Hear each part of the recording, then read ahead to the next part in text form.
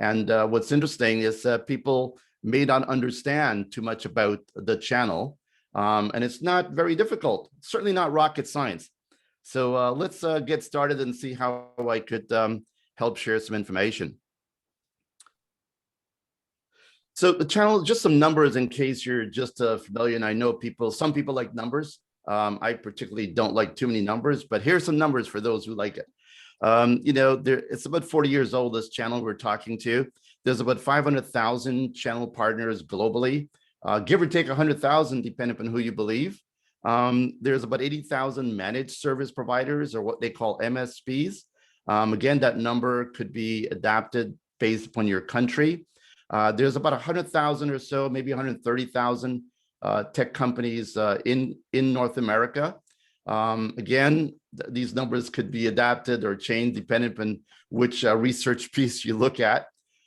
Today, the general feeling is that there's about 200,000 SaaS vendors that actually exist today, and that number is going to jump by to about 10 million at some point in the future. I think within the next 5 years or so. 75% of the tech companies, of the tech business, actually flows through the channel. Something that a lot of people don't know. They think the tech stuff that's being sold to governments and businesses and whatever is by magically happening. But no, 75% of that is actually being flowing through the channel right now. And in case you're not quite sure how this all pans out, you've got about 7,500 channel partners that Microsoft is adding to their business model every single month. So if that's not a very good marker why this makes sense, then I don't know what is. Some recent information has been coming out since the pandemic as well. That's interesting to know. 81% of SMBs are more reliant on technology today than ever before, obviously because of the pandemic and what it's done to everyone. What's interesting is 75% of these companies have increased their spend by about a third, which is quite interesting. So it means that not only are they using technology, but they're increasing their spend. And the last number I'll give you is the cybersecurity business, which everybody's heard about these days. It's a very big business. Obviously, it's a $1 billion business, but by 2025, 77% of this is going to be going through the MSP community. So this is where the market is going, where the market is today. So why is the channel important? That's generally why the channel is important. Most tech giants, from HP to Microsoft to Cisco and so on, they all say the same thing. The channel is their primary go-to-market playbook. That's it. And there's big reasons for it, and I won't bore you with them, but if you were to check out their websites and so on, and listen to their speeches and so on, they'll tell you that the channel is the biggest, largest army on planet Earth. This is Salesforce. And no one, doesn't matter how big you can ever be, could never hire that many people in that many countries, in that many areas to kind of sell and promote your product. So, I didn't even know if the $1 zillion is an actual word, but it's a $1 zillion business. This market is so huge, people, it's just incredible when you look at the amount of businesses flowing through it year over year. So it is growing a little bit weird, a little bit different, a little bit faster, a little bit unusual because of this digital first economy that we've simply been hyper propelled into since the pandemic. So what was best practices a while ago was not necessarily best practices today. Sometimes, how we know what we know, I won't bore you with all the details, but if you follow me on LinkedIn or you check out some of our brands, you could get a feel. But we've been around for a bit. We've got a lot of frontline experience. We've done over 1,000 channel activities. We do news media interviews almost every day. We are digesting research pieces from pretty much every company right now. We run different awards events. We get a lot of data from assessments that MSPs do. There's a lot of data that's floating around there, and our job is to kind of digest this and then figure out what the trends are and how do we advise our clients, our customers, and so on. And if you want more, there's an interesting about journey on technoplanet.com. And if you like to get more news, subscribe to eachannelnews.com. We keep running out of bandwidth at eachannel news because it seems to be being used quite a bit. So if you do get stuck, just stick around, click again, and you should get in. So developing your channel in a digital first economy, what does that look like? There's lots of 12-step programs and so on, but I'm going to give you 10 things that you should consider when you're building your channel program. So the first one, and even actually before you get into that, you need to decide what kind of company you are. Are you a channel-only company? Are you a channel-first company or a channel-friendly company? And there's different definitions for these. A channel only means that you will only do business through the channel. So if someone comes to you and says, I want to buy your thing, you will say, hey, go to this channel partner, they'll do it for you. Channel first means you will actually look to the channel first to supply the product. And if you don't, you're going to do it yourself. So you do a bit of a hybrid. Channel friendly is more like, well, if a customer comes in and they want to deal with a channel partner, I don't mind.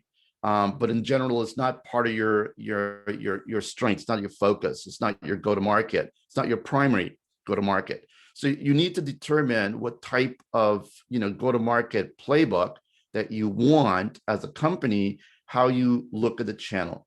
Now, some companies look at the channel as a cost of customer acquisition. So it's just like, let's get the customer, then deal with the, through the partner, then deal with the customer directly. If this is your playbook, do not deal with a channel. They will remember, and it won't be nice. So those are the, primary things to think about. Now, first thing is awareness. And what's interesting is that a lot of folks in your poll just said, finding the awareness out there, and you're not alone. Most companies are challenged with awareness because there's so many products out there. How do you really get the attention, the brain time from all your clients? And it's not easy. The obvious, obviously, is news media. We run one of those, but there are several. There's about maybe 50 or so news media across the globe. Deal with all of them because all of them have their pockets of communities of subscribers that like to deal with them. So there's a lot of news channels out there, and everybody likes to, their favorite news channels. But the reality is, leverage news media because that's an interesting way to get your message out there to the channel, obviously. And of course, there's lots of end user publications and websites and so on as well to playbook on. Social media obviously is the new elephant in the room.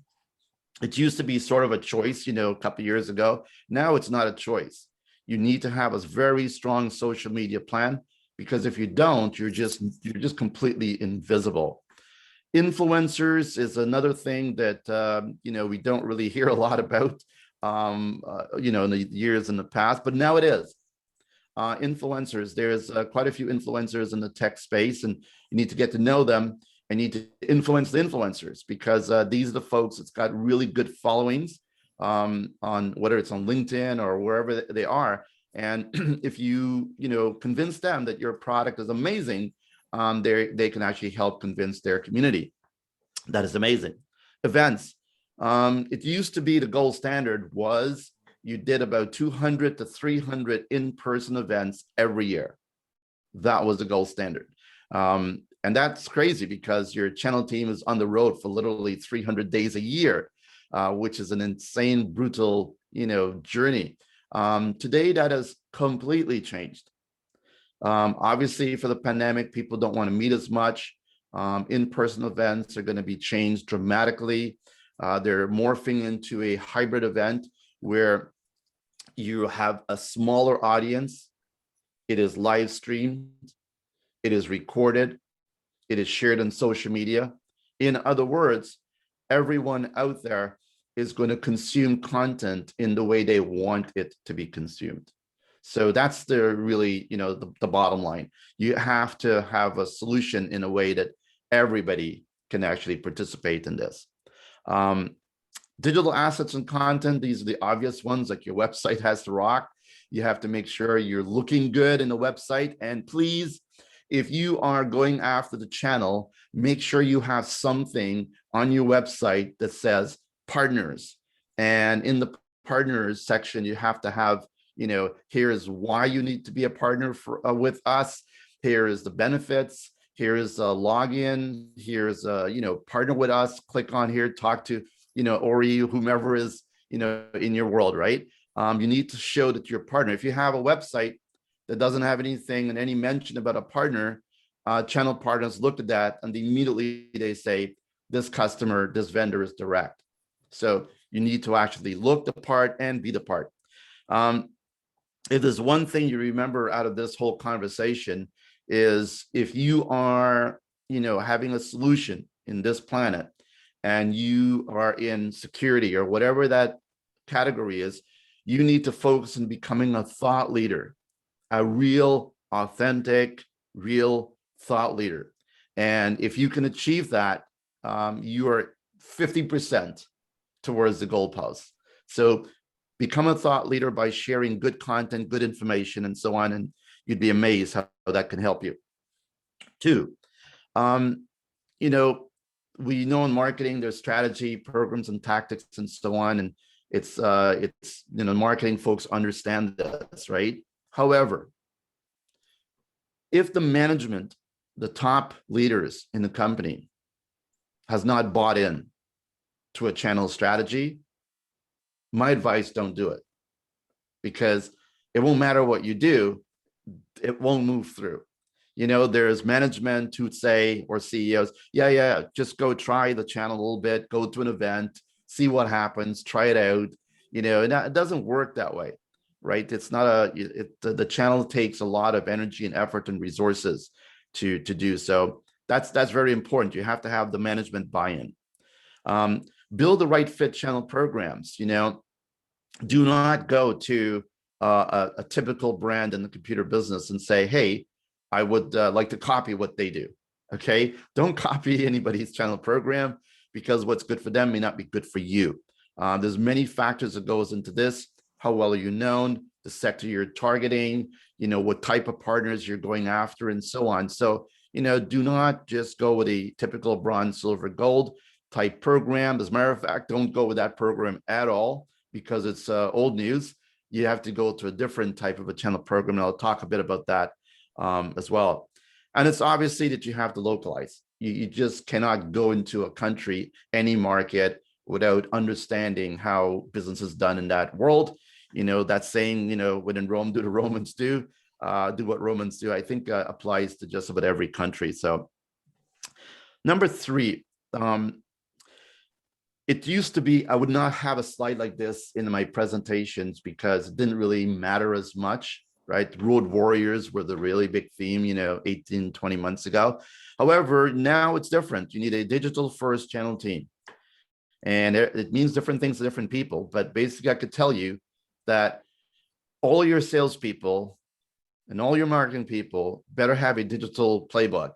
They have to understand how to engage with customers moving forward. They have to understand what is going on. They have to figure out how to play in this digital first community, this world. So that's very, very important. So I would suggest that you dig into that. Interesting, there's a gentleman who we're doing a masterclass with at our live event next week, Shane Gibson. He is a rock star when it comes to digital, sales warriors and social selling. And he's going to be talking about what it takes to become a digital warrior. So those are things that I think you should consider in your playbook. Skills and tools is sort of obvious because as you move into a digital world, you need different tools. We're using one right now in the metaverse that's coming up in the future. It's all going to be 3D and avatars and all kinds of crazy stuff. But this is actually early days, this type of communication, early days. What is going to be coming down the future is going to blow your mind. So in reality, this digital communication is here. It will never, go away. There's companies out there, a big consulting company have a floor they call the Int floor, and it's where their employees go to hang out, just hang out virtually. Interesting stuff that's happening. So yeah, so digital first channel team is definitely something you want to do. 4, build a holistic partner community. it used to be before that, let's just give money to people who are selling their stuff. And that's a bad thing moving forward. Not because you're the transactional partner that you are the, the power, all right? There's many, many components. So, you got to be having an inclusive ecosystem, advisors, influencers, developers, companies who, do development even, they can add on technologies and things and integrations with your platform. And all these people become part of the community that actually sells your stuff. And, like every subscription thing, which every software company out there is all subscription right now, with all subscribers, you have to make sure that you keep that subscription going month over month. So you want to make sure that you have a way to keep them on, right? If I don't like the movies that Netflix is giving me this month, and I'm not liking the shows, I might say, you know what, I'm going to cancel Netflix, right? And worse, I will poach Netflix off of my friend so I still have it when I want it, but I'm not going to pay for it. In other words, with subscription, the world changes, but with subscription, the user, have the ability to scale down instantly, click to get out type thing. So you need to look at all those components. Julian? You got to reach, engage, collaborate, and compensate accordingly. You can't leave anybody around. So if an influencer says, hey, I could help you promote your product to my community, will he or she do that for free? Probably not. Will they do some for free? Probably, right? But in other words, make sure you're looking to grease the palms, if you will, that is helping you reach those communities. And there's many, many players there. So, play a very good role in understanding who you need to compensate to ensure you get your message heard loud and clear out there. So again, if anybody have questions, you can ask me afterwards. Julian, we have a question here. Can you hear me? Sure. Yes. Somebody was asking about how do you compensate influencers? Can you comment anything about that briefly? Sure. How you bribe the influencers, you mean? Yeah. So influencers, we all know influencers in the traditional sense. Now, if you look at influencers on, let's say, YouTube, they get paid for promotion. So here's X dollars, and based on that, they do a promotion. The channel really doesn't work that way. It's a kind of you don't really do it that way. However, you might want to support that influencer in different ways. You might attend their events. You might like their stuff that they're doing. You might sponsor something that they're doing. You might also even pay to play by saying, hey, here's an event I'm doing. Would you mind sending this out to your community for, $500 or $1,000, whatever that, number is, or I'll send you a gift card or something. In other words, it is a bribe, in a way. But it's a very cool bribe because it is what it is. These people also have to earn a living, and they spend a lot of time building up their communities. I don't charge for that. I probably should, but in my world, I feel like I'm taking a bribe. So I'll leave it there. I hope that answered the question. So 5, streamlining and onboarding the process is very important as well. If your onboarding of partners is not great, basically, it doesn't even matter what you do, right? Because you're going to lose partners, right? Onboarding is so critical. So bad onboarding, partner signs up a thing that says I'm a partner, and you send a link to some portal where they can go and get brochures and see some prices, and then that's it. That's bad onboarding, all right? Good onboarding is when someone picks up the phone and says, hey, I'm Ori. Welcome to my company. And how can I help you get up to speed in what we do so we can help you and us sell more and grow together? And that's a corny but good opening. But the main thing is that you ensure that your onboarding process is very, very effective, because that is the first thing that people will remember. A lot of people always talk about channels and education of their partners and so on. Yes, you can put everybody through the same school, And we all been to school or in universities, and what happens? You put 100 people in a classroom, and does everybody come up with the same education? No. So everybody learns differently. Everybody does things differently. So you've got to understand the gaps within each of your partner communities. And then you need to put a plan together to fill those gaps. It isn't that hard. You can ask them, hey, what do we need to do to help you get to where you need to be, type thing. So you really want to think in terms of how do you help these people, your partners, to become better. As a matter of fact, that's the first question you should be asking yourself every morning when you get up. What can I do today to help my partners sell more of my stuff? Right, and that's a pretty good way to start. Offer incentives for online tools and partners to join and get involved, right? Because you want to lead with sort of a carrot. Some companies say, if you do this, you get to this level, and then you can make more money, that type of stuff. Well, that may work. But what I would suggest you say is that if you completed this course, I will give you $100, or I would give you a 5% discount further. I will do something. In other words, reward for behaviors. This is critical, right? It's not just rewarding for selling of a product, but reward them for doing the behaviors that's going to help them sell products better. So that's very, very important to sort of lead with some incentives to help your customers your partners become better at what they do. So that's 5. 6, we talk again about digital, the world we're living in, and digital demand generation is probably the #1 thing, obviously, that almost every marketing person gets up in the morning and thinks about, right? How to do it. And typically, they would take a website, integrate some kind of a smart marketing automation platform with it, create some content, push it out to whether it's LinkedIn or Facebook or whatever social media platform you want to play in, and then wait until the leads come in, and where you go. Well, that's digital marketing 101. It's the basic stuff. Today, you need to be socially authentic. It's not just people don't want to buy your stuff. People are not just looking to buy stuff, right? People looking to solve problems.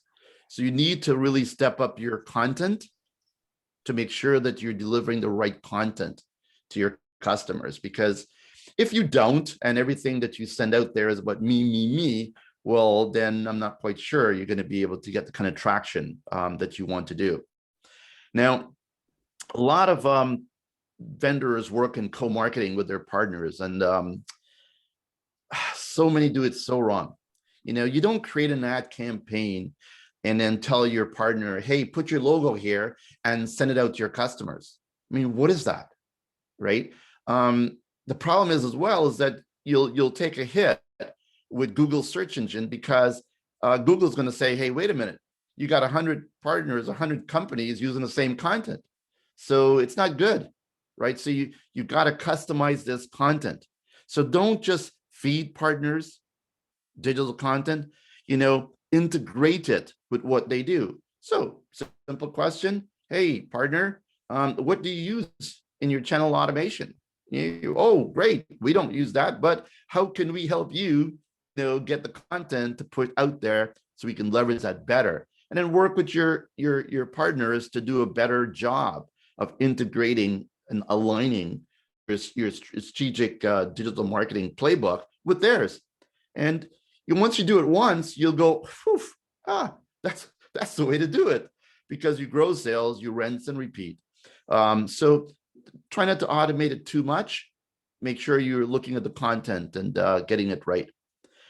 Now, the great thing about this world we're living in now is that you've got all these companies that have figured out how to slice and dice and categorize all these people who buy stuff all over the world. People like Facebook know more about, your friends than probably you do. Amazon knows more about what you're going to buy before you even do. Amazon knows that if you are starting to buy a certain types of things, right, you're probably about to have a kid, right? They actually have that type of detail. So because they know, who's been buying whatever before they ended up buying baby stuff, right? So I would tell you that when you peel back that onion, be scared of what information is out there about you and about your habits. But the main thing there is that if you're looking for a very, very targeted community, you can find that today. And there are organizations that specialize in this that if you like, I can help you to introduce you to, but find the right communities to go and do your thing to makes sense. Now, I say this as well because as a vendor, you don't only have to rely on the MSP or the channel partner reseller to go do the marketing for you. You can do the marketing directly, but then get the leads and massage them and then get it to your partners, right? But be careful that you don't just keep giving, the partners a fish instead of teaching them how to fish. At the beginning, you want to, give them a fish to make them eat, but you don't want them to be coming back to you with, please give me another fish. So integrate, find your digital, sweet spot, find those target audiences and go after them like there's no tomorrow. Last thing I'll mention here, you'll see a lot of things about marketplaces popping up. Amazon's got one, Google's got one, Microsoft, Salesforce, there's about 20 big ones out there. And so marketplace is a kind of a collection of a whole bunch of different companies and solutions where other end customers can go to and Google around and search around, if you will, and find, things that make sense for their business. So, and so think of a marketplace as a mini Google. You need to search engine optimize for each marketplace. So if I have a product that is for, lawyers, right, I want to make sure that in that marketplace, when someone says, I'm a lawyer and I'm looking for some stuff, right, my name pops up to the top and not to the bottom. So these are the kind of things that you're going to want to think about because people are going to have to find you. All right. So that's 6. 7, automate processes. I mean, there is a partner ecosystem tool. There's partner relationship management tools. I just actually wrote an article on LinkedIn about this same topic. I'd encourage you to check it out if you want. And it's the partner ecosystem is blowing up. It's changing. So, companies, Crossbeam got a, 75 million and Partner Stack got 28 million. 20.9 million, actually. I don't even know why it's not 29 million. But in other words, over $1 billion have been invested in the partner automation community just this year. What does that mean? It means that automating partners are becoming important. There is an elephant in the room, and the elephant in the room is the partner itself. Here's the problem. If you are a partner, and you're dealing with 50 vendors, then I have to deal with 50 different partner portals. Now, I don't know about you, but if you and I were an MSP or a reseller, and we had to go on to 50 different partner portals every day to figure out how to do a deal registration, get information, do business, I can imagine that, 80% of our time is going to be eaten up just surfing these partner portals and so on. So this is not going to be sustainable. So there's a new breed of channel programs or channel partner ecosystems coming out. And I wrote about them as well in eChannel News. So you want to take a step back and understand where that market is headed. One of the things that I believe is that there's a transition happening in the market where the partner has to have the tool. So they have their own portal, their own marketplace, where they can decide which vendors they would like to plug in. So that when they go to work every day, they have one dashboard where all their partners are living and they could do business with all of them. They could do deal reg with 10 vendors at the same time. They get information, they could find whatever they want, all the promotions, the spiffs and everything else. So I think that's where the market is headed. as we say in our Canadian land, with the Great Gretzky, it's where the puck is going to. That's where you skate towards, not where the puck is. And I believe that's where the puck is going to. So stay tuned, keep an eye on what's happening out there, because I think that's where the market's going to shift towards eventually. So picking the right channel partner automation tool is important. You just don't pick one because I got to have one. Pick one because it's going to matter, right? Not just today, but down the road. So automate your processes, but be very, very careful how you do it. Now, you want to automate things like MDF funding and incentives and things like this, because it is a nightmare to do this on an Excel sheet. Don't even attempt it, right? Automate that because you want to streamline that. It's when you get there, you'll know what I mean.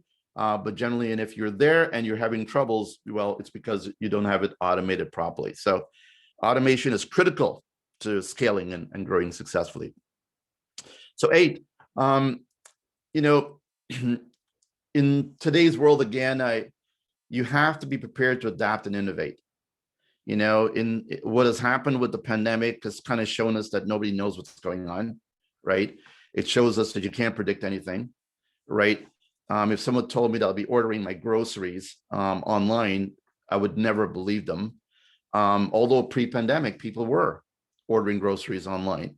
So, but we're all now in this thing. So you have to adapt and innovate. So if you're going to do something virtual like this, you have to be interesting. You have to bring interesting content. You have to be engaging, give out some prizes, in some of the things I've seen, whiskey tasting contests, if you're in the drinking games, some people have cooking lessons, some people do yoga. It is no longer crazy to see crazy things happening, on virtual activities. And once this goes into the 3 type formats, that's going to go to a whole new level of crazy. In other words, please don't do boring stuff. Get into like doing something that kind of makes sense and surprise people, so adapt and innovate. Your product is probably good, right? But it's probably obviously needs improvement. And of course, as a developer or a SaaS company, you know what you want, and you've got your basic stuff, and it's working great, right? And it solves big problems. However, the market keeps moving, so you need to adapt and innovate as well as you move forward. So what you may want to do is look towards, how do you keep feeding your development team with the right information so they can evolve that product? And a massive resource that many vendors overlook is your partners. Your partners are the ears and eyes for you in their local markets. And it's not uncommon that a partner in some tiny town says, hey, I've got this pharmaceutical company that is here, and they're looking for this adaptation of this software. And if you did this, wow, I could, sell to this company. And you would have not known that because you don't have that, feet on the ground, right? Those boots on the ground. So, and then once you solve the problem for that customer, then whoa, I could solve this problem for like another 1,000 customers. So in other words, leverage your partners, listen to your partners. As a matter of fact, if you only listen to your partners, you can't really go wrong, because they will tell you, the right stuff. Always in our world, I think without a box, and I know it's hard because we all have this comfort zone where we want to go back to all day long. I was thinking without a box from as long as I can remember, because I don't follow the path of everyone. Do something different. A lot of people call it, your purple cow. I could have worn a yellow tie or a red tie to stand out and whatever, but you need to be different today, and difference matter. So whatever you do, try to do something that's gonna, think without a box. Julian, Yeah. watch the time, please, and try to wrap it up in the next minute or two if you can, because we're running a little bit behind the schedule, as much as you can. But please go ahead. I will go fast track to the next ones. So 9, influence influencers. We talked about this. We can jump over this slide. So you want to get involved and understand who the influencers are, because they can actually get you very fast into the communities that you want to get to. Research and prospects, new prospects and markets, because as you expand in new markets, you want to ensure you have the right community of influencers going to help you reach that market. 10, my last slide, by the way, empower partners. So, understand the partner journey, as I just described, and do your own research to ensure you have the right playbook in front of you. And, help them to improve their practices and selling game. It's really important. So your partners are also not power businesses. They also are just humans, and they also need help. So if you help your partners to actually, improve their business skills, it's amazing how they can actually help you sell more. Our mission, by the way, our statement is always to make the partners bigger, better, stronger, and smarter. And we actually have a division called the Channel Partner Alliance, who actually does nothing but that. They help partners to assess their best practices. They help them to get the help they need to improve it. They help them to join peer groups. They get master classes. They do everything they can to take a partner from wherever they are to a bigger, better, stronger, and smarter partner. My last slide here is, the best time to have started a channel partner program was when you launched your business, and you should be having your go-to-market strategy at the same time you're about to launch. But obviously, the next best time is now. If you want to learn more about our companies, here are some website addresses. Join me on LinkedIn or follow me if you like. And if you have questions, we're done. Thank you very much. Hope it helped. Thank you, Julian. Let me stop sharing my screen here. Yes. So we are moving to the funniest part of the webinar, that is going to be the Amazon gift card draw. We have all the participants' names, and now we will announce the winner. Let's see who is the lucky one.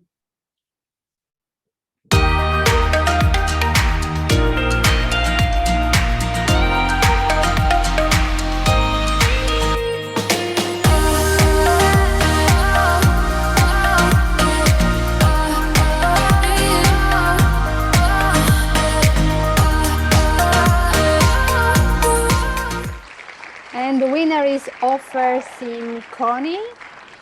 We will send you by email offer Amazon gift card, which will have the value of $25 USD. And after this nice gift, we are moving to the next session. That will be the 7 channel partners management myths that will harm your global expansion with Ori. Please go ahead. Thank you. Thank you, Lika, and thank you, Julian, for the great presentation. And we will see many touch points and overlapping information, but from a bit different angle in this presentation. So B2B software companies and startups often decide to work with channel partners based on the reasonable assumption that the access and relationship that these partners have with their target customers will lead to success. But unfortunately, harsh reality often bursts this bubble. There are some common myths regarding channel partner management, and believing them can harm your chances of successfully going and expanding globally. We have documented 7 of the most critical or common mistakes. And our purpose in this session is to try that you will avoid just 3 of them. 3 of the 7. You will still try your luck with 4 of them. That's okay. Have fun and enjoy. But we have documented these myths and mistakes, and hopefully you can avoid as much as possible. Let us start. The first myth is that channel partners first and then strategy. So entrepreneurs state that strategy is not that important if you work with channel partners. Okay, so the idea is that I will look for channel partners, they will do the sales and this stuff, and strategy will come later. But unfortunately, reality is different, and let's see why. Let me share this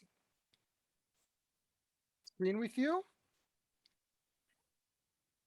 Okay, so we are all looking for channel partners, but channel partners is a part of what I call the place from where the customers can buy your products, in which countries, in which stores, in which channels. Somebody asking what are the channels, is where the end customer can buy the products actually. And place is a part of a bigger puzzle, which is actually the product mix.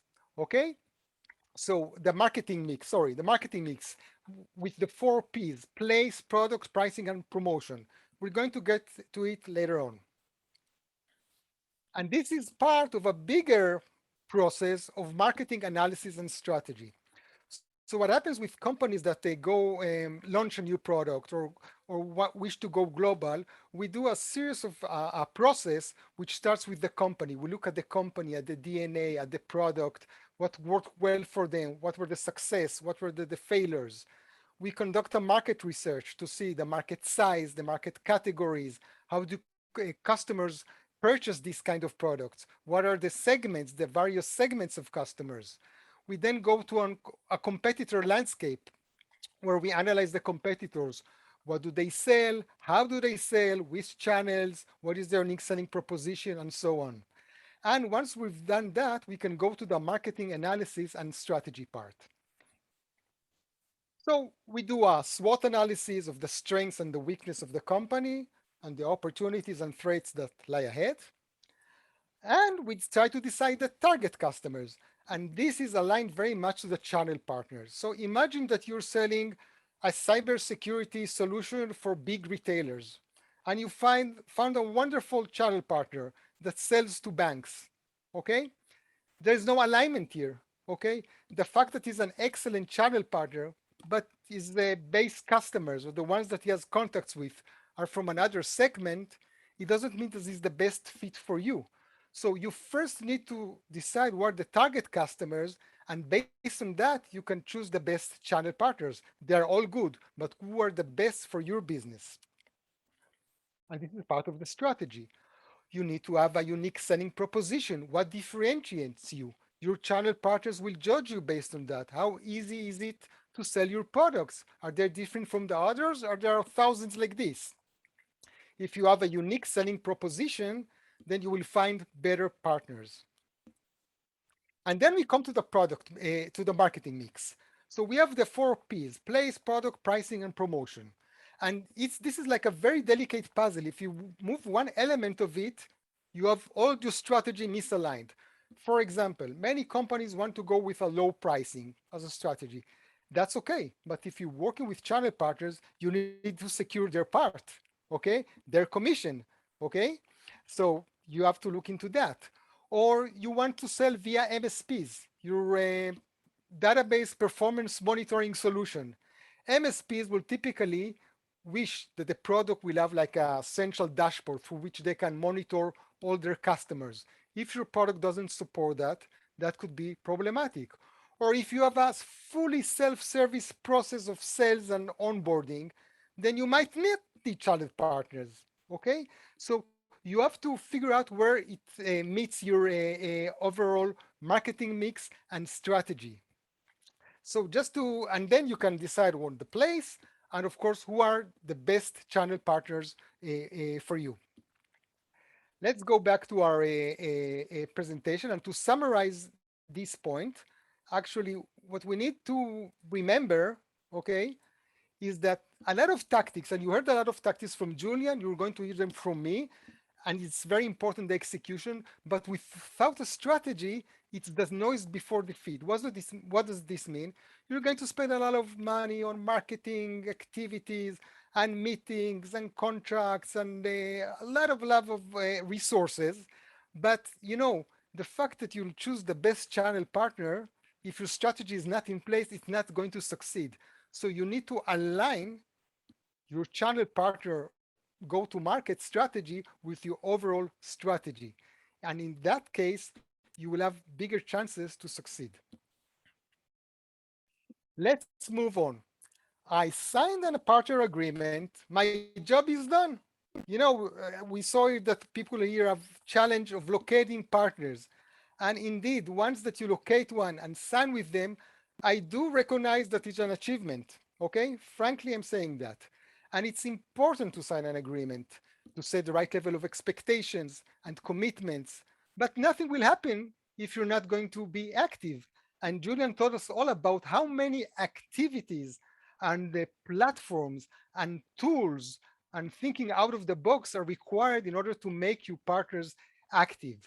So you need to engage with them, educate them, show them how to sell your products, share case studies, show them where the money is, share sales materials, best practices, meetings with them, with their customers, visits, calls, Zoom, participate in events, invite them to events. So when you sign an agreement, your job is not done, not at all. If you're a channel-minded company, it's just the beginning of a big journey of which Julian explained the complexity and the various angles and activities that are related to it. Let's move on to the third myth. Julian also touched this one. If I have channel partners, then I don't need to do marketing. And I hear this approach many times, and it kind of makes sense. What do I need channel partners for? They know how to sell and market my products. They will bring in the leads. They know better marketing than me. But again, unfortunately for us all, reality is more complicated. And many times channel partners may be excellent technological companies, but not necessarily the best marketeers. Sometimes they are, but not always. And they're certainly not experienced in selling the type of products that you're selling as you are. Yes, I know that this might be a little bit of like disappointing. So why do I look for channel partners? No, you should help them with ideas, guidance, marketing plans. Share with them what worked well for you. Did a PPC campaign, going on an exhibition, or a LinkedIn campaign? Okay, so you need to do marketing. You have to have your marketing engine in place and invest in it. Working with channel partners is not a way out of not investing in marketing. Okay, and yes, share with them, be kind enough to share with, if your marketing system produces leads, share with them a lead. So if you share a lead with your Hungarian channel partner, he will appreciate it. Okay, you will see a greater level of commitment, and you will also be in a position to tell him, hey, I generated a lead in Hungary as a foreign company. You are based there. If I can generate one lead, you can certainly do 10 leads. So work with them together, and you do need to invest in marketing, mostly the end customer marketing, but also some aspects of the channel marketing. But if you do an end user marketing, the channels recognize it, will see that your products can be sold, and it will help them very much. This is controversial, okay? The fourth myth. I will launch my disruptive product solely with channel partners. So I have a unique product, and they should thank me for me letting them sell it, okay? I will provide them a commission, and I will get an easy sales. But it's not easy to sell new products. And also keep in mind, channel partners have different interests. They're not willing to take the same risk and investment that you're willing to take. They have other products, other level of business, other concerns. You have to respect that and acknowledge that. Also, keep in mind, when you're launching a totally disruptive product with a new approach, you typically sell it to technology enthusiasts or early adopters in a broader term, or visionaries. For that, you need a team of passionate people with technical capabilities, with sales capabilities. You can't expect to outsource this to a channel partner, solely rely only on channel partners at this point. And you also need to show your channel partners the early wins that you can, get some customers, okay? And they will be happy to join this momentum of success. As a matter of fact, for the scaling, they will be much better, because when you scale, when you sell to the standard customers, the pragmatist one or the conservatives one, which are the standard customers, they will require integration services, additional product, a full product, not an evolving product that's as in the initial stages. And for that sake, the channel partners is the best vendors, the best supplier. So you do need to work for them, but for launching a disruptive product, you should not rely solely on them. You also have to be very attentive to the market, to the feedback that you get. It's an evolving product, evolving concept. You have to be there. You cannot outsource that part. Once that it comes stable, it makes sense, then you can really scale up with the channel partners. Oh, I like this very much. Exclusivity or not? This is the question. So this is the myth about the question. It's not the most important question, but this is the number one question that I get. Should I provide my channel partner exclusivity or not? And also channel partners ask me about this. And when they ask me about it, I tell them, look, if you ask for exclusivity, then your vendor might ask for a minimum quota or a down payment. This may divert the discussion into unproductive areas. Instead of focusing on the market and the customers, you're arguing about something which doesn't contribute to the discussion at all. But happily, I can tell you that it's rarely an issue. I've hardly come up on a case that an agreement was not signed because of a debate over the exclusivity issue over a territory. Now, SaaS vendors, please think, how many target customers do you have in a given territory? Imagine that you sell in, I will take like an extreme example, in Slovenia, and you sell to big banks. How many big tier 1 banks are there in Slovenia? 3, 4, 5? I didn't check that. Do you really want to have 3 partners over 5 accounts? Maybe it's better for you to work with one good channel partner. On the other hand, if you sell it to small retailers, and there are thousands like this, you should probably work with several resellers and channel partners. Also, think about it from a logical point of view. Can they be really exclusive? Do they cover the territory? Imagine a channel partner in Brazil. We have here a participant from Brazil, a huge territory. Can they cover all of it? North and south? Maybe they can't. Maybe they're, focused in a certain area. Or in terms of segments, maybe they cover, you have your IT solution, cybersecurity solution, you sell it to retail, government, and healthcare. The channel partner covers the healthcare. Who will cover the other sectors? You need them to be covered. In that case, the channel partner cannot be exclusive. So think about it in that way, and this will result in a better discussion. Let's see if we have any questions that should be addressed at this point.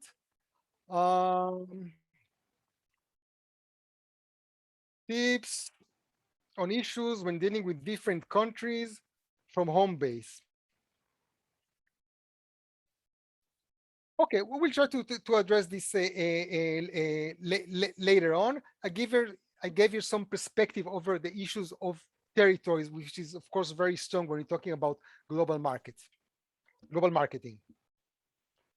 Let's move ahead to the 6th myth, but before that, maybe Lika, you can pull up our poll.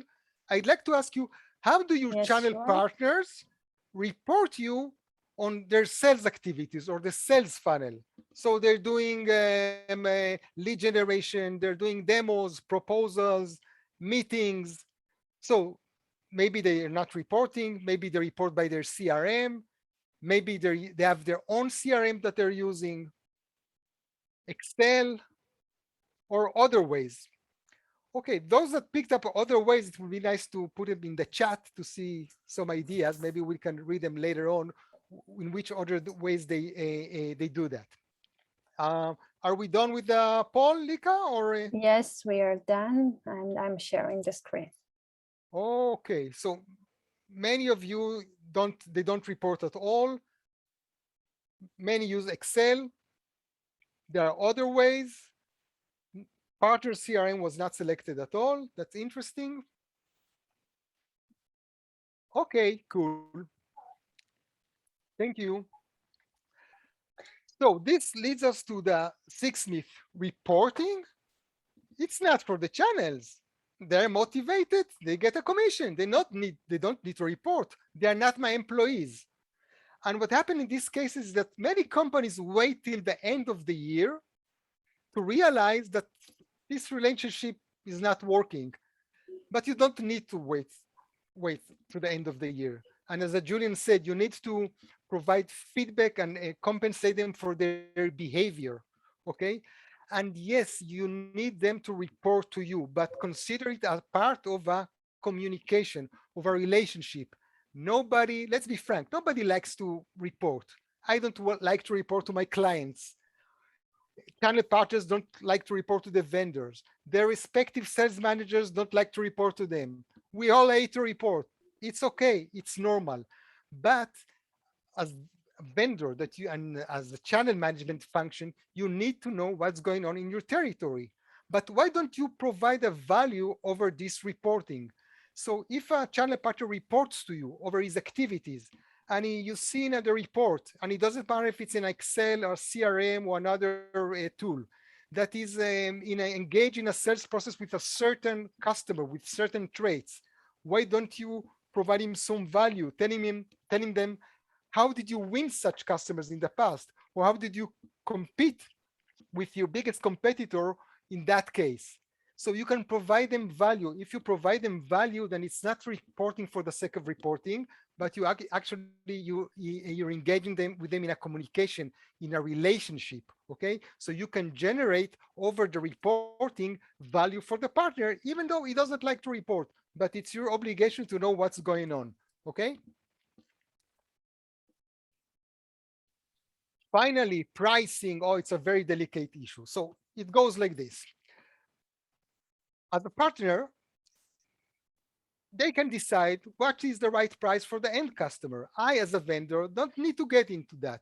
I want to get my €5 per month for my time attendance software, and I don't care in which price he sells it.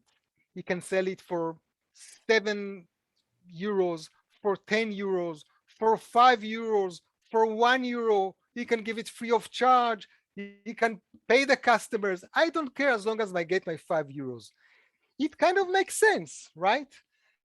I once worked with an event management software company that was looking for channel partners, and one of them approached us and asked for the pricing. And then the CEO came to me and told me, look, he can sell in whatever price that he wishes. We don't care. And he was very happy with his answer, like showing flexibility with the channels, okay, like channels oriented. And he was expecting me to be excited of this answer.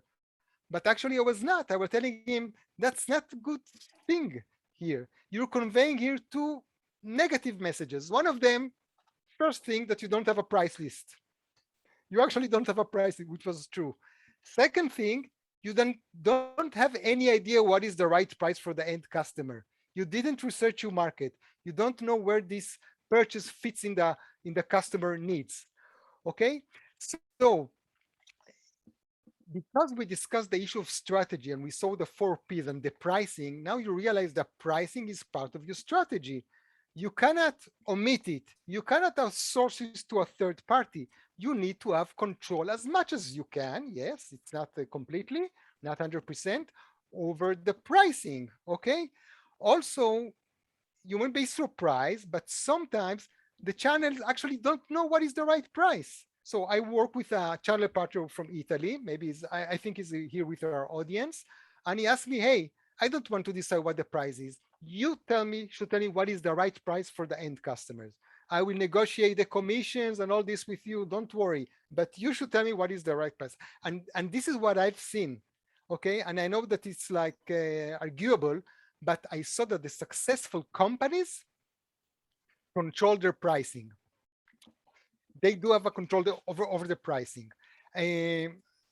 Now, of course, you have to factor into your strategy the commissions for the channel partner. If you have unique selling proposition that it's based on a lower price, you think that you will be selling a product much cheaper than your global competitors.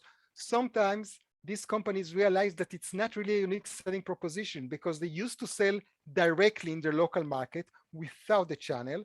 When they go global, they have a channel. The channel needs his own cut, which is okay. It's perfect, okay. And then the advantages of the pricing has disappeared. So this means that it was not really a good strategy at all. It was not a strategy. So you have to factor it when you work with channel partners, the issue of the pricing. And therefore, what I'm trying to convey is that strategy is the first thing that you take a decision upon it. It doesn't mean that you're not going to give discount and special deals and special terms and bonuses. All is okay and perfect. It's not a black and white world. We know that, but you need to have a control over your end customer price. Lika, do we have time for questions or we're running out of time? Yes, we are kind of running out of time. Maybe once we finish all the presentations and we still have the questions, we address them at the end. Okay, so please go ahead. Great. So now we have again the funniest part of the webinar. We have Semrush subscription. We will have three draws. First will be 1 month subscription, then will be 3 months subscription of Pro, and then we will have 6 months. So we will see now who is the lucky one here.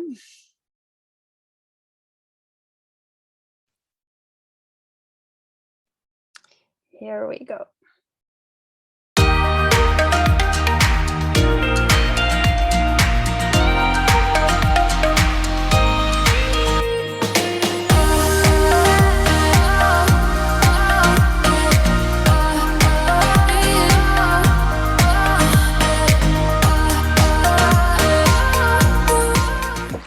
We see the winner, who is Itamar Banayan. Itamar, we will send you the email with your subscription plan. Congratulations. Now we are moving to 3 months subscription.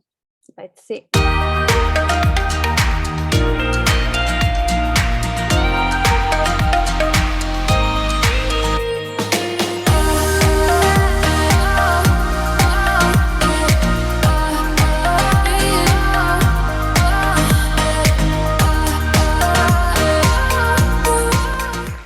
And a 3 month subscription winner is Kobe Yosef.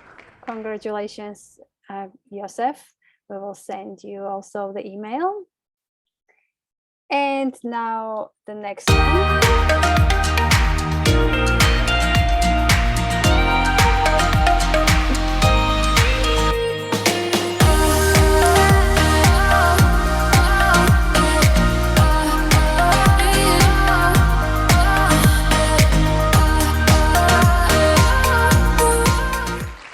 Yona Link. Yona, you won 6 months subscription, and I'm sure Ori can tell you, I'm sure they know what does it mean, but Ori, you can tell them how important is the Semrush subscription for them and how they can use. Yes, Julian talked about digital marketing. I talked about the importance of marketing. These are pro editions of Semrush. It's really a robust tool, and it produces a lot of value for you, for your company. Enjoy it, use it, utilize it for whatever need that you have. That's great. Thank you. And now we can move to the panel session, Ori. So you can introduce the panelists of our webinar, please. Yes. Just I want to address one question that we had from before. Okay. We had a question about how to find channel partners. There are many, many answers, but please realize that Julian's platform, TechnoPlanet and Channel Next, is a place where partners spend their time there. They are there. So you need to get in touch with them and see how we can connect you with partners, okay? But this is just one way. There are plenty of other ways, LinkedIn and many others. We don't have the time to discuss it right now, but you have to see where partners spend their time. Now we have the panel. I see, whoa, the panel of channel partners. Okay. So we've got with us Mitch Martins that did an incredible effort to join us from MWare, South Africa. Thank you for being with us, Mitch. I know it wasn't easy. Oscar Diaz from Techbound Technology Canada. He had to wake up 4 in the morning because he's based in Calgary to address your channel partner questions. We have Abdul Aziz Al Bakar from Business Management Technology. He's based in UK and running his business in Saudi Arabia, a fascinating place, and we really like to know how to do business over there. And of course, Julian Lee will support us for whatever question that comes up. So I want first to start and ask the panelists to introduce yourself. What is your business about, the type of products that you sell or wish to resell, and the vendors will be hearing you, so later on they might contact you on that.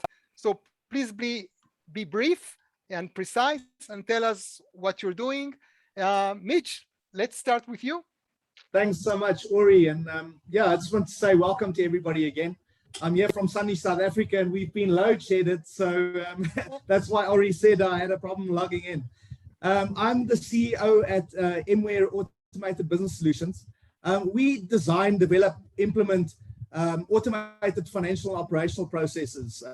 So we use in-house developed integration middleware products as our glue to push and pull data between business applications. And that is completely based on customer-defined business rules. We basically look at a complete end-to-end solution stack, and that includes a combination of hardware and software products that we use to optimize efficiencies within the company resources. So when we are looking at company resources, we are bringing people, stock, and assets together. And in those specific areas, we basically address ERP-related problems mostly from various sources. So whether that is mobile workforce, mobile learning functionalities, IoT, and a couple of other things that is all in the mix. And we also look at our partners to bring those specific products to the table. So we basically have round pegs and round holes and square pegs and square holes. Thank you, Mitch. Oscar? Hi, everybody. Good morning. I'm CEO and founder of TechnoPlanet Technology. We're an MSP based in Calgary, and we provide services to police agencies and small to mid-sized businesses in Canada and South America. So primarily, our focus in the last few years has been around cybersecurity and business continuity. The IT business in the last also probably 8 years, or 5 years, I would say, has become riskier. And we're always looking for options to secure our customers and to secure the operation, also to make it more efficient as well. That's cool. Thank you. Abdul Aziz, please. Yeah, thank you. Abdul Aziz Al Bakr from Business Management Technology. We are a system integrator. We deal mainly with enterprise applications and with enterprise customers, whether from the public sector or from the private sector. We work with a lot of enterprise applications. We have partners from all over the world. So we have experience as being a channel partner, and we have experience in one of our joint ventures that we hire channel partners. Right now, we're developing a go-to-market applications which are related in the legal or the law firm applications, and AI that is related also in that area. And also, if some of you are familiar with it, which is the ALSP, the alternative legal service provider. So 3 areas in the legal industry. Hopefully we will be, when we focused on legal, and we said we want to do more than one project and one venture over there. So that's in a nutshell what we're doing. Thank you. Thank you very much. Next question. How do you choose with which vendors to work and resell their products? Based on what do you evaluate them? How does this work? Mitch, please go ahead. Well, that's a very interesting question, Ori. You know, we believe there is no such thing as a bad product. You know, every product has been developed based on specific requirements, you know, to actually achieve a specific outcomes and to match specific expectations. You know, so we have a very clear idea of our customer needs, and that's based on obviously our exposure in the field over the last couple of years. I mean, we've been in this space for a very long time, you know, and you know, when it comes to choosing a partner, we ask a lot of questions, and I think that's important. You know, the communication channels need to be open. So we analyze and compare common products with each other. We create a sandbox area to test these products. We compare outcomes to expectations, and when we have a perfect fit, that's when we engage. You know, so in situations where a perfect fit is not possible, you know, we actually go and develop those missing pieces, and we actually use our glue then to connect and bridge the products. So even if there's not a good fit for a specific requirement, you know, then we still feel that whatever engagement, that meeting was still definitely worth it, because there will always be another requirement somewhere down the line. You know, so we really believe in building and nurturing those engagements and those relationships. Thank you. Oscar?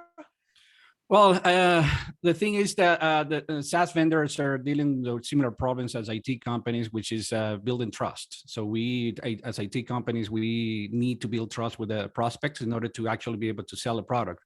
So that goes as well for the SaaS vendors. So, and the easy way for them to actually connect with IT companies or their potential partners and build that trust is to hang out in the same places as those channels are, as you mentioned. So we are part of the peer group, and the majority of the channels the SaaS vendors we're working with were presented or introduced through the peer group.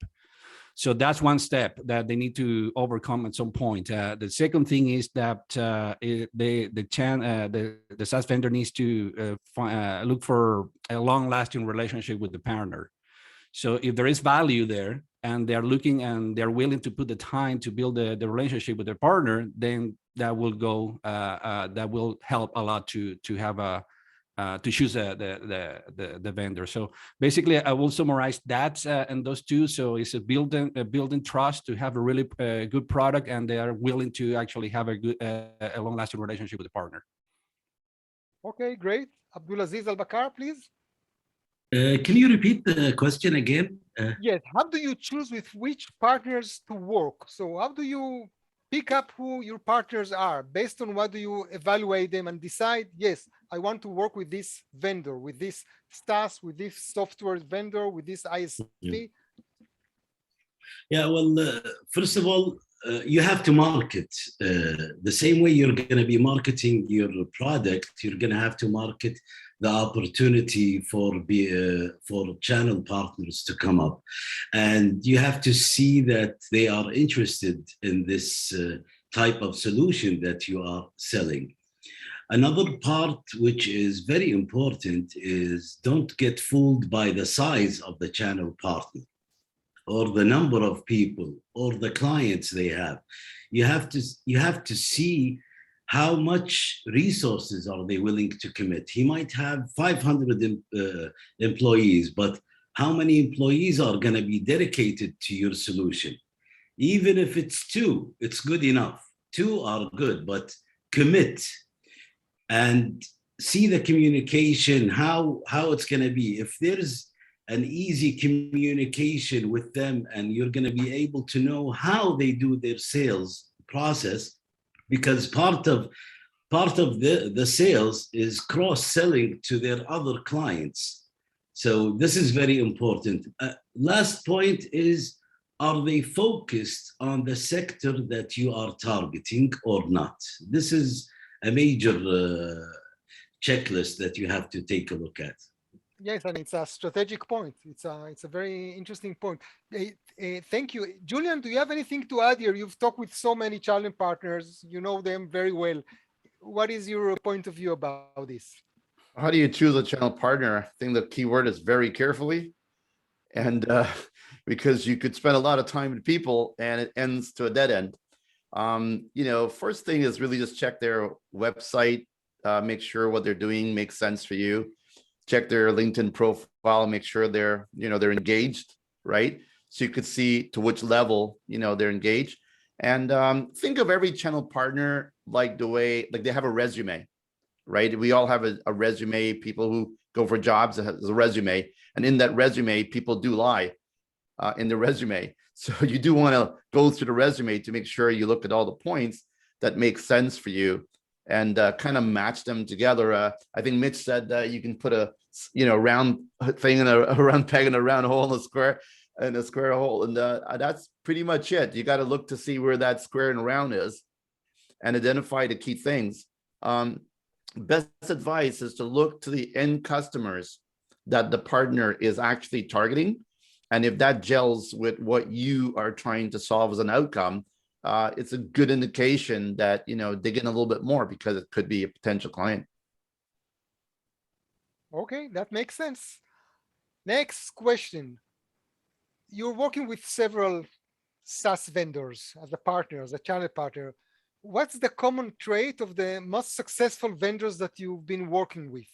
So can you say that they have a very good product, they were flexible with price, the relationship, they have a good marketing machine? What makes you to point to a certain vendor and say, hey, that's a great partner of mine, okay? That's a great SaaS vendor that I wish everybody would have been like him. Please, Mitch, go ahead. Yeah, thanks, Ori. Yes, I think this question actually it links very closely to the previous question, and you have to establish that partnership early on, and then you need to nurture it. There's a saying that says that you can't manage what you can't monitor, and you need to put the bells and whistles in place to do that. Cross-pollination is also shared marketing. Those are important things when you are looking at these type of nurturing and building the partnerships that we're talking about. Product is obviously important. We found that customers are a lot more informed these days, and I'm sure my fellow panelists will agree with me. So as a result, they often do not mind paying more for product. If you can deliver the value, then pricing is kind of almost a second tier problem to have. Definitely. So I think still it's all about the partnership and nurturing that partnership. Okay, thank you. Oscar, please. Yeah, so it will be besides having a great product, is also that they have a really good customer service in the sense that there is someone assigned to you that can work with you in problems, because problem will happen. And one example that I can bring to this conversation is that when something goes south with your customer, your end user, and your end user is asking you to make it up to them, that's where your SaaS vendor or partner should need to step up with you to provide a solution to a customer. Okay, so if that partner is not willing to do that, that's basically a red flag here for keeping a long-lasting relationship. Also, a good thing as well about a good partner, the great partners, they're flexible. They're flexible regarding pricing. So something that MSPs try to avoid at all costs are contracts. So contracts that are 3 years or longer is a big no in the industry. Especially, we try to avoid that as much as we can. I mean, if we need to have a contract we just do it for 1 year tops. And if we need to make changes to that contract, the partner has to be willing to help you out to make a change. Obviously, there has to be a trade-off there, because once you sign a contract, it's a contract, but there has to be some flexibility to make changes to it. So I will summarize that: have a direct point of contact with the partner, be flexible, and also to be willing to step up when things don't work out with their end user. Mm-hmm. Okay, clear. Abdulaziz Al-Bakar, please. Yeah, I agree with Oscar. These are very important points that you want to see with the vendor. you don't want to start selling a product for a company, and then when you have a big deal, a big customer, it takes you days to get somebody to agree on a discount, or if you need a team to be present on ground with you and so on. So the communication channel is very important. The flexibility is very important.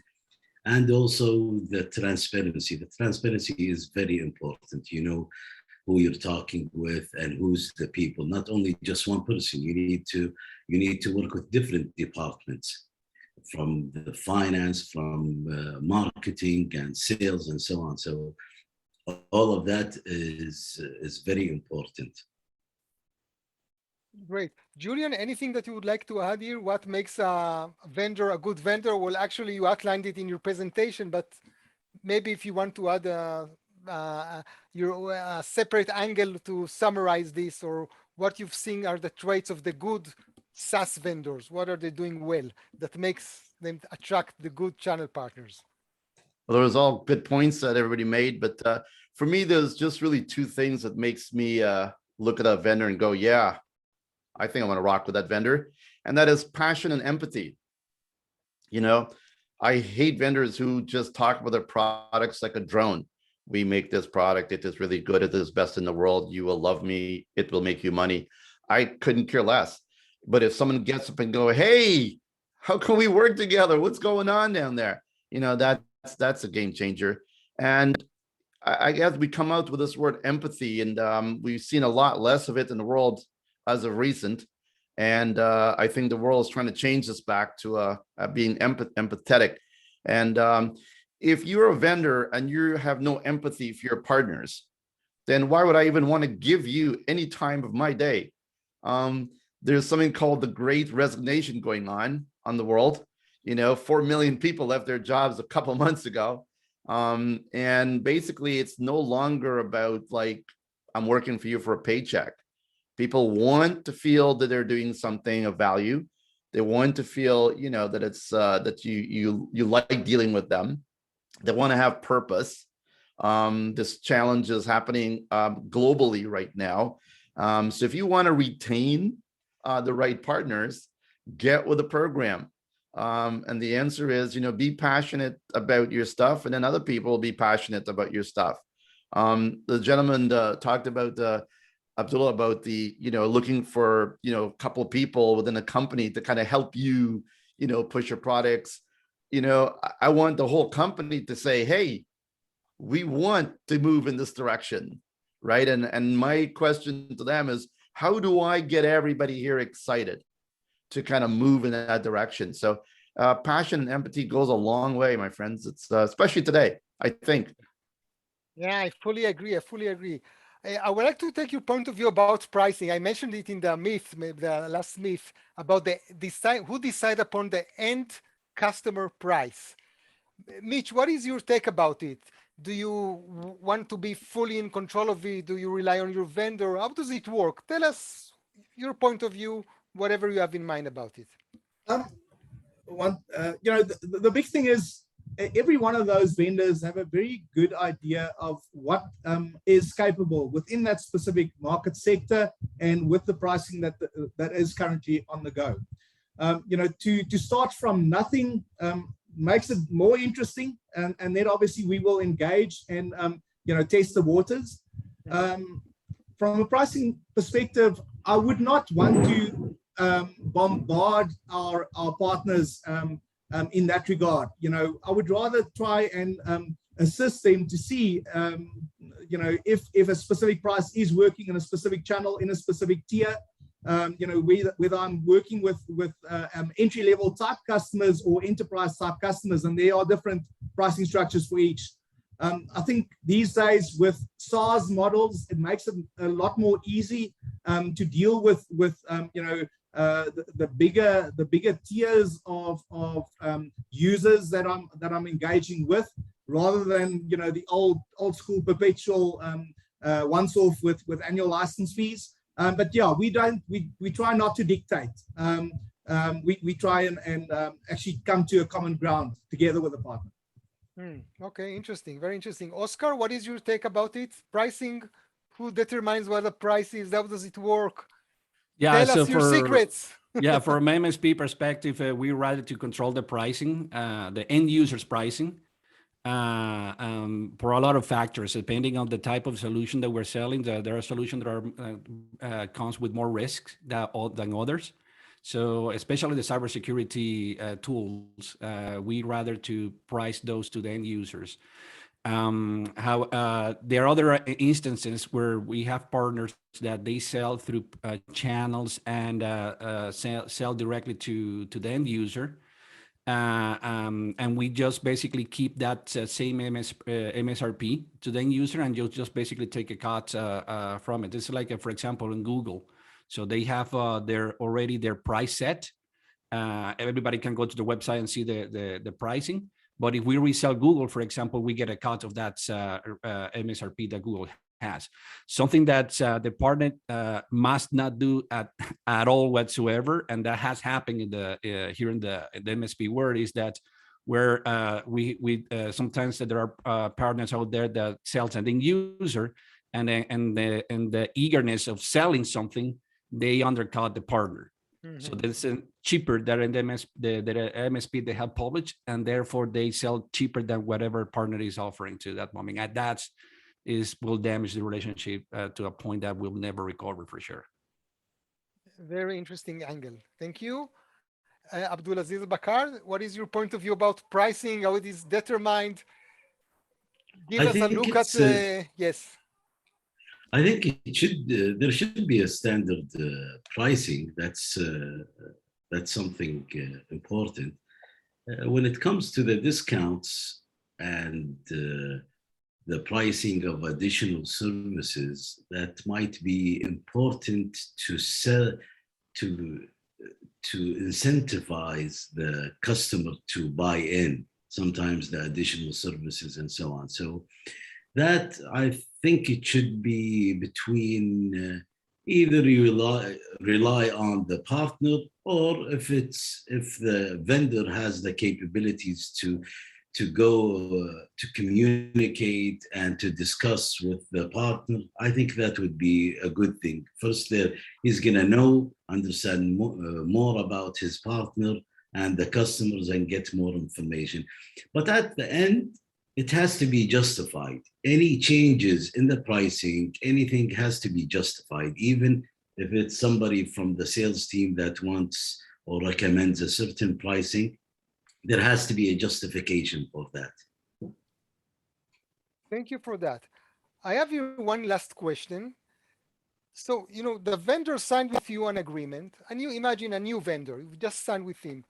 What creates your engagement with that vendor? Obviously, you work with many vendors, with many products. What will make you be engaged in the business? Is this the frequency of communication that you have with him, the marketing materials, co-marketing activities, trade shows that he goes with you? What would make you engage in the business of the vendor? Ariane, should I take it? Sure. Yeah, definitely frequent communications. We try to eliminate as much as we can that out of sight, out of mind type of situations. You have to be very wary when it comes to that type of thing. So we include our product partners in most of our campaigns.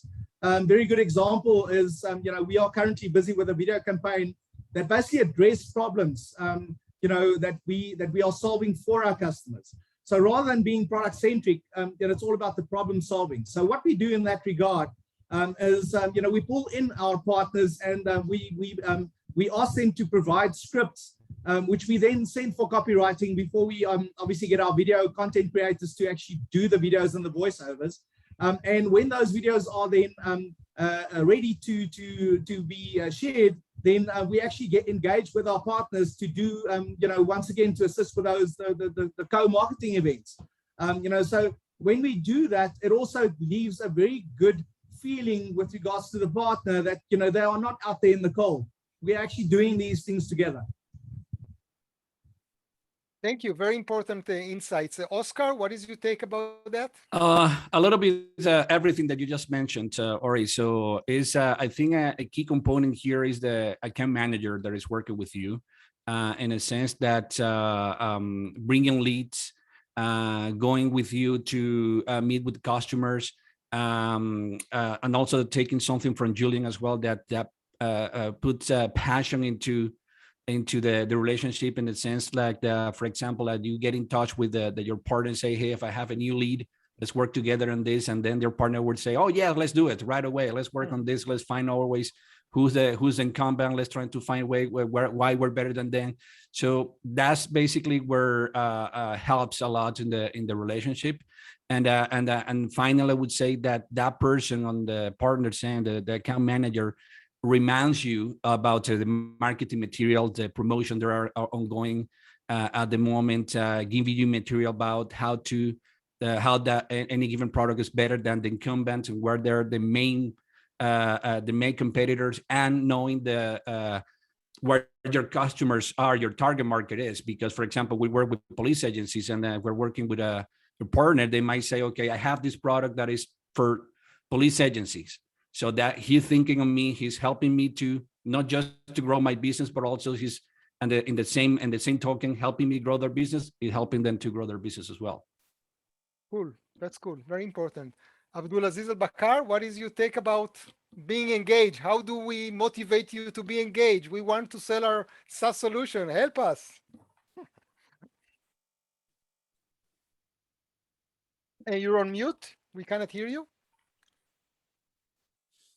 Yeah, I'm sorry. I think what Oscar said was spot on.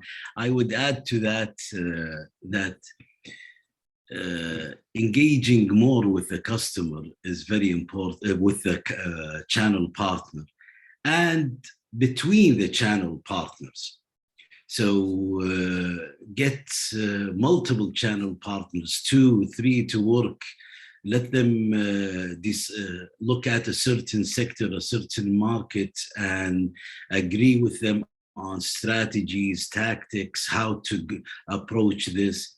Also, another thing is, I think we've seen that, and it worked very well. It had a very good impact, which is when you do a marketing material, a advertisement, and you cover more than 50% of the cost of that, and you put your product and you put that partner's name in it. It has a very big impact. They feel proud. They feel you the same way they're investing their money in your product. You are also investing in them and in that relationship.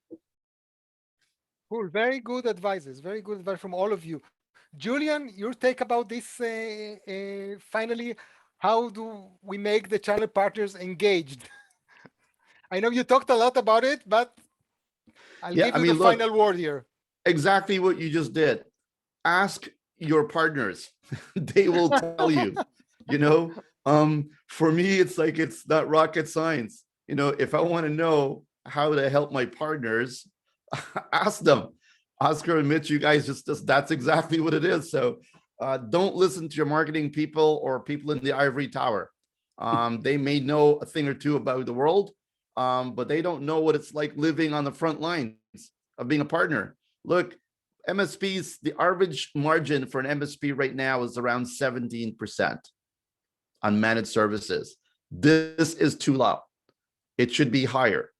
So if you're going to invest, okay, but be careful you don't go to partners that is just price, based their life on pricing, because they're going to bring everybody down, as we've seen with hardware. However, there's an exception that because of the supply chain, hardware prices are going up. But without that, the hardware will be really, really going down. So the end result is listen to your partners and do exactly, even if it sounds crazy, do exactly what they tell you. What do you have to lose? Partners have just said, hey, let's have a beer and pizza night. Okay, what does that got to do with selling anything? But I'll tell you what, that beer and pizza night may go a lot to build your street credit with that partner. And next day they're going to go, hey, Julian bought me some beer and pizza, and I'm going to promote his stuff today. So, the next best thing to that is shower them with money. I don't know of any MSP that will not accept money. So you go to an MSP, make sure your wallet's filled, right? And do that. And believe me, you can hug them, you can do a lot of things, but if you do those basic things, I think they're gonna love you. And once they love you, they sell your stuff. That's it. Just do what they want. That's what I do. Cool. Thank you. I will address one question here from the audience, how to find new partners. You go to channel next events where channel partners meet vendors. You do it on LinkedIn. You do it on exhibitions.